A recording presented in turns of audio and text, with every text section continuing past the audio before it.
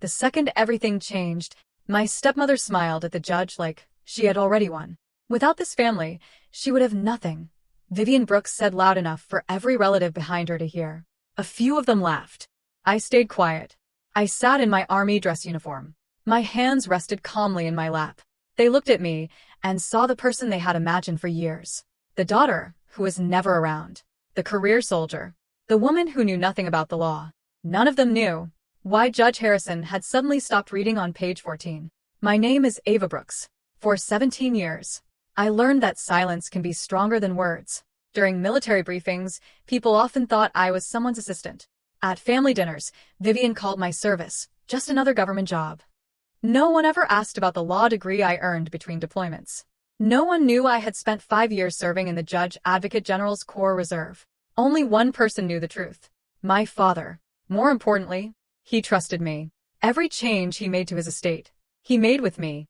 3 months earlier, he died at his desk. When I arrived home, the locks had already been changed. Vivian refused to let me inside. She kept my father's journals. She kept my late mother's letters. Then she carried boxes filled with my childhood photos and old family memories, and left them outside in the rain. When I protested, the relatives all said the same thing. Don't start a fight. Keep the peace. I didn't protect the peace. I protected the evidence. From a small hotel room, I called my old law school friend, Rachel Carter. She had become one of the best estate lawyers I knew. Together, we requested bank records, property files, trust documents, investment reports, and years of emails. The truth slowly came into view. Vivian had already sold my father's restored Mustang. She had auctioned 2 valuable paintings.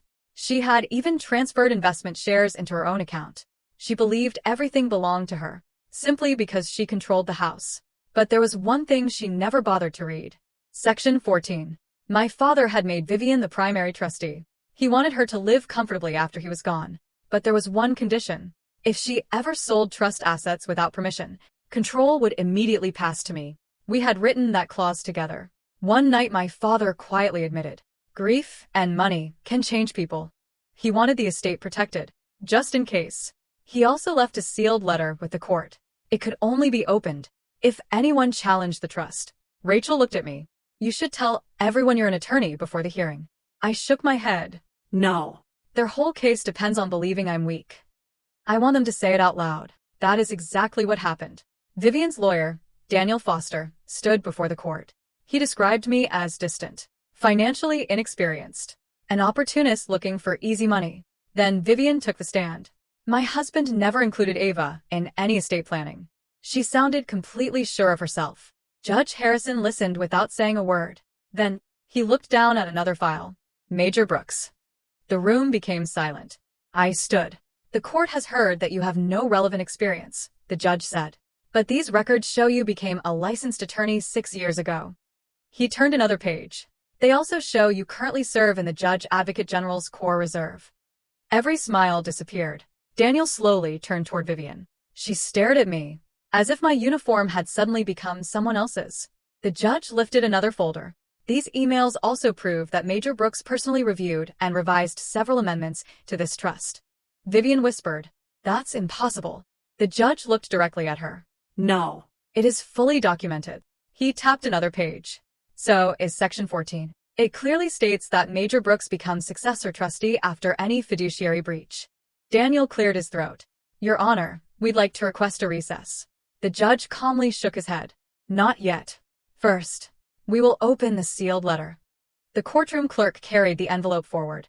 The moment I saw my father's handwriting, my throat tightened, more than any insult ever had. Judge Harrison carefully unfolded the letter. Then he began reading. My father wrote that Vivian should always have a place to live. She should continue receiving financial support, but she could never sell or transfer trust property without my written approval. Then he explained why. I trust Ava. She never asked me for money. She only ever asked me for honesty. Then came the final sentence. The sentence that changed everything. If Vivian violates these terms, control of the trust shall permanently transfer to Ava. No one moved. No one spoke. The courtroom felt smaller. When court resumed, Judge Harrison delivered his ruling. The Mustang sale was canceled. The painting sales were reversed. The stock transfers were voided. Vivian was ordered to repay every financial loss. Effective immediately, control of the entire estate transferred to me. Her right to continue living in the house remained fully protected, exactly as my father intended.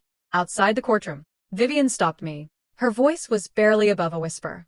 I didn't know who you really were. I looked at her quietly. Then I answered. You never ask. Her face fell. Her shoulders slumped. But I didn't feel victorious. This had never been about revenge. My father wanted protection, not punishment. I looked at Vivian. You can stay in the house. That's exactly what Dad wanted, but every asset must be returned. And every future decision will follow the trust. She slowly nodded.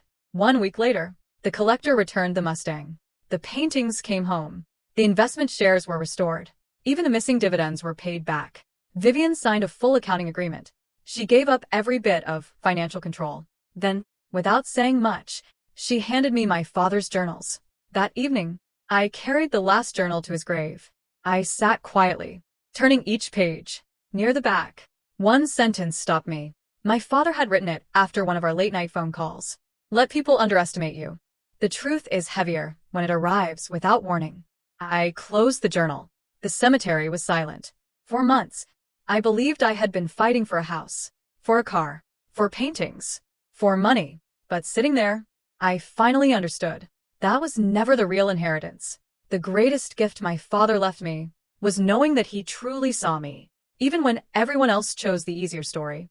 I left the courtroom behind. Vivian remained safe in the home. The estate stayed exactly as my father wanted.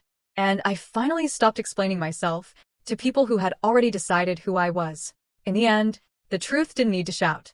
It simply walked into the room, opened one file, and ended the argument.